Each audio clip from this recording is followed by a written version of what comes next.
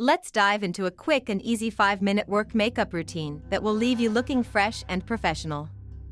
Start with a lightweight BB cream or tinted moisturizer for that even coverage, just a few dots, and blend it in with your fingers.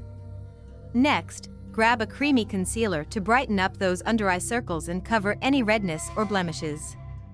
I would be very happy if you subscribe and like it before moving on to the next part. For a healthy glow, use a natural cream blush. Just tap it onto your cheeks and blend it out.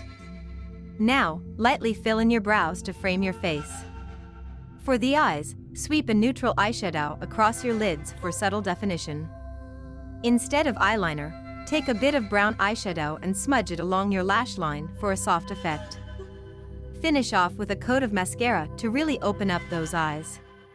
Finally, apply a hydrating lip balm or a natural toned lipstick for that polished look.